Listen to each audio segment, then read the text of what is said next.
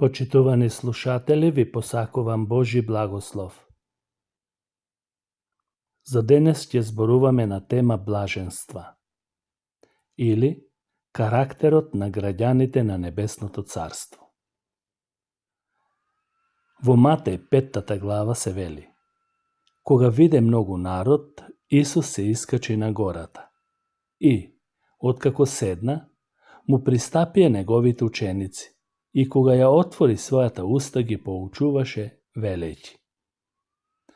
Исусовата проповед започнува со блаженствата или благословите. Во нив се прикажува карактерот на Христовото царство. Карактеристиките кои се опишуваат и одобруваат се спротивни на оние што се ценат во овој свет. Точен опис на човечкиот род може да се даде само ако се земаат предвид блаженствата. Ни се вели: блажени се бедните во дух, или блажени се сиромашните по дух, зашто е нивно Небесното царство. Првиот благослов се однесува на сиромашните по дух. Тоа не се однесува на некоја вродена способност на човечки избор и дисциплина. Сиромашни по дух се оние кои ја признаваат својата беспомошност и се потпираат на Божјата семоќност. Тие чувствуваат длабока духовна потреба, а нејзиното задоволство го наоѓаат и го гледаат само во Бог, не во себе. Небесното царство им припаѓа на таквите, сиромашни луѓе, кои ја отфрлаат својата безобразна гордост и своето себе издигнување и се надеваат само во Бог. Потоа Исус во 4 стих од 5 поглавје вели: блажени се оние кои тагуваат, зашто тие ќе бидат утешени. Блажени се оние кои тагуваат. Тоа не се однесува на тагување заради тешкотиите на животот. Тоа е тага поради што човекот, искусувајќи го заедништвото со Исус, тој активно соучествува со Исус во болките и во гревот на овој свет.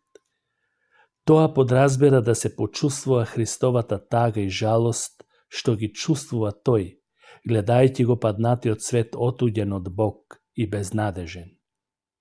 Меѓутоа, тоа вклучува не само тага заради човечкиот собствен грев, туку и тага поради ужасната гледка на светот и неговото отфрлање на Спасителот.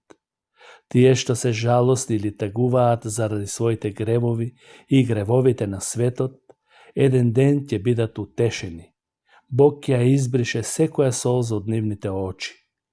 Тагите се привремени и ќе поминат, а за неверните сегашната тага е предвкус за вечната. Третото блаженство е во 5 стих и се вели: блажени се кротките, зашто тие ќе ја наследат земјата. Третиот благослов е објавен за кротките. Тие ќе ја наследат земјата.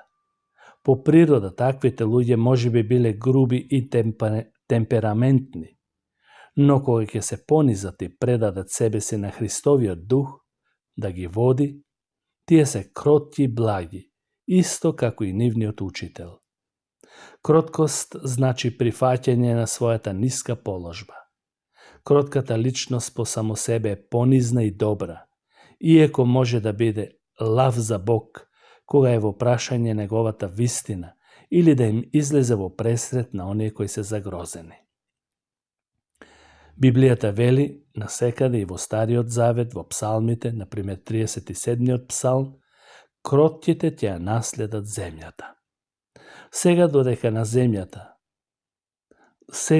се на земјата, можно е да доживеат секакви непријатности, неправди, па дури и одземање на својот имот, но тие знаат дека небесната земја е нивна и со радост го очекуваат своето наследство.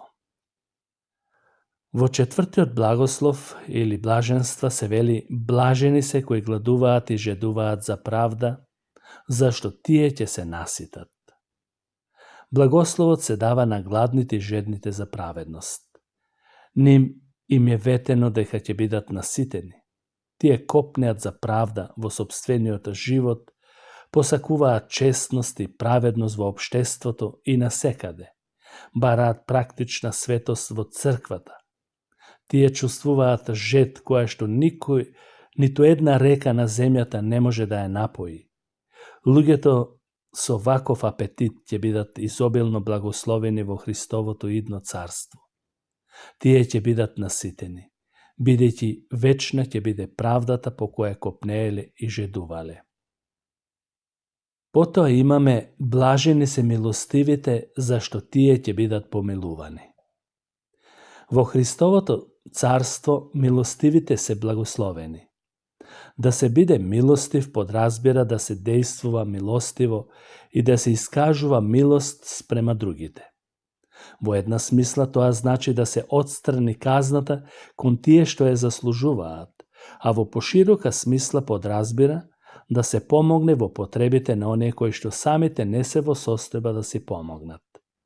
Бог ја покажа неговата милост со тоа што не поштеди од осудата што ја заслужуваме поради нашите гревови. Кога сме милостиви, тогаш се однесуваме на божествен начин.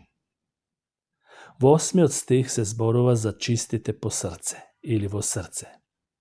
Блажени се чистите во срце, зашто тие ќе го видат Бог.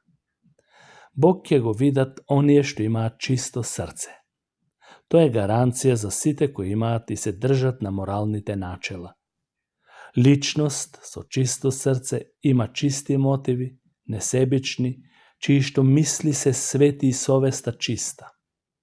Изразот тие ќе го видат Бог може да се свати на неколку начини. Прво, тие со чисто срце го гледаат Бог сега преку заедништвото со Божиот збор и Светиот Дух. Второ, тие го гледаат Бог преку неговите објави и она што Бог им го откри. И трето, тие ќе го видат Бог во личноста на Господ Исус Христос кога тој повторно ќе дојде. И четврто, тие ќе го гледат Бог лице в лице во вечноста. Тоа ветување е за сите кои преку вера се држат за моралните вредности дадени од Бог. Понатаму имаме блаженство што се однесува за миротворците. Исус вели во 9 стих: блажени се миротворците, зашто тие ќе бидат наречени синови Божии. Благословот се дава и на миротворците, на тие што творат мир насекаде, бидејќи таквите ќе се наречат Божи синови. Обрнете внимание на зборовите на Господ Исус Христос. Тој не зборува за луѓе кои се само склони кон мирот или кои го сакаат мирот, туку на оние кои се активно вклучени да го реализираат мирот. Тие така живеат, така действуваат.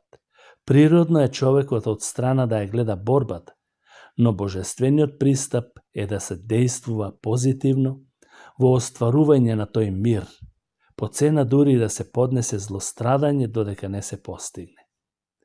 Миротворците ќе бидат наречени Божи синови. Тоа не е начин преку кој стануваме Божи деца, бидејќи Библијата вели дека ние стануваме Божи деца преку вера. Туку, Божите деца, творејќи го мирот, потврдуваат дека се Божи синови и го запечатуваат својот статус, дека и сега и во иднина ќе останат такви. Потоа во 10 стих имаме блаженство за оние кои се прогонувани. Блажени се оние кои се гонети заради правда, зашто е нивно небесното царство. Тие што се прогонувани, но не заради нивните зли дела, туку поради праведноста.